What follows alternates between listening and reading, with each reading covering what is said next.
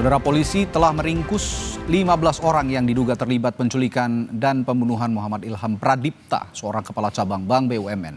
Salah satu terduga pelaku adalah pebisnis dan motivator. Namun motif kejahatan ini hingga saat ini masih belum terungkap. Bentok ini, Bang. Polisi mulai meringkus satu persatu orang-orang yang diduga terlibat penculikan dan pembunuhan Muhammad Ilham Pradipta, seorang kepala cabang Bank BUMN. 4 orang diduga sebagai aktor intelektual atau dalang pembunuhan. Aksi kejar-kejaran antara polisi dan pelaku sempat terjadi di Jalan Slamet Riyadi, Solo, Jawa Tengah. Sementara 1 pelaku ditangkap di kawasan PIK, Jakarta, dan sebelumnya 4 pelaku yang merupakan eksekutor ditangkap di kawasan Johar Baru, Jakarta, dan 1 di Bandara NTT saat dalam pelarian. Menurut Kabid Humas Polda Metro Jaya, Kombes Adi Ari, total 15 tersangka ditangkap.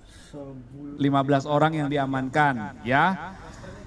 6 orang diantaranya itu diamankan oleh rekan-rekan dari Subdit Resmob, kemudian 9 orang lainnya itu yang mengamankan adalah Subdit Jatanras. Ini membutuhkan waktu, kami harus hati-hati, kami harus berdasarkan SOP, kami juga harus proporsional.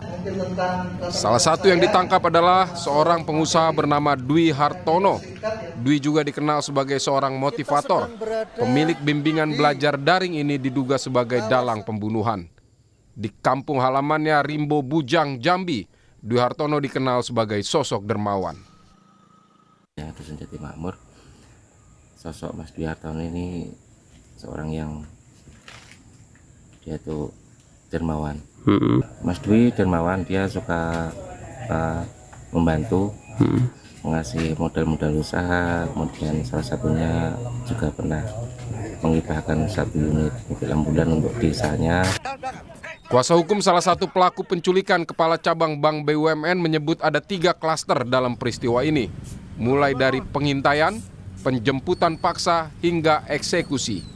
Ia menyatakan kliennya hanya berperan dalam penjemputan paksa dan tidak terlibat dalam eksekusi yang merenggut nyawa korban. Terkait penempatan posisi Eras dan kawan-kawan ini, kan ada 3 klaster seperti yang saya bicarakan sebelumnya. Itu ada klaster yang pertama, klaster pengintai, yang kedua klaster penjemputan paksa, yang ketiga adalah klaster eksekutor. Saat waktu mengambil upah itu, disitulah baru mereka mengetahui bahwa korban ini sudah meninggal dunia. Ya, kalau yang klaster eksekutor kami tidak tahu mereka dan kami tidak kenal mereka.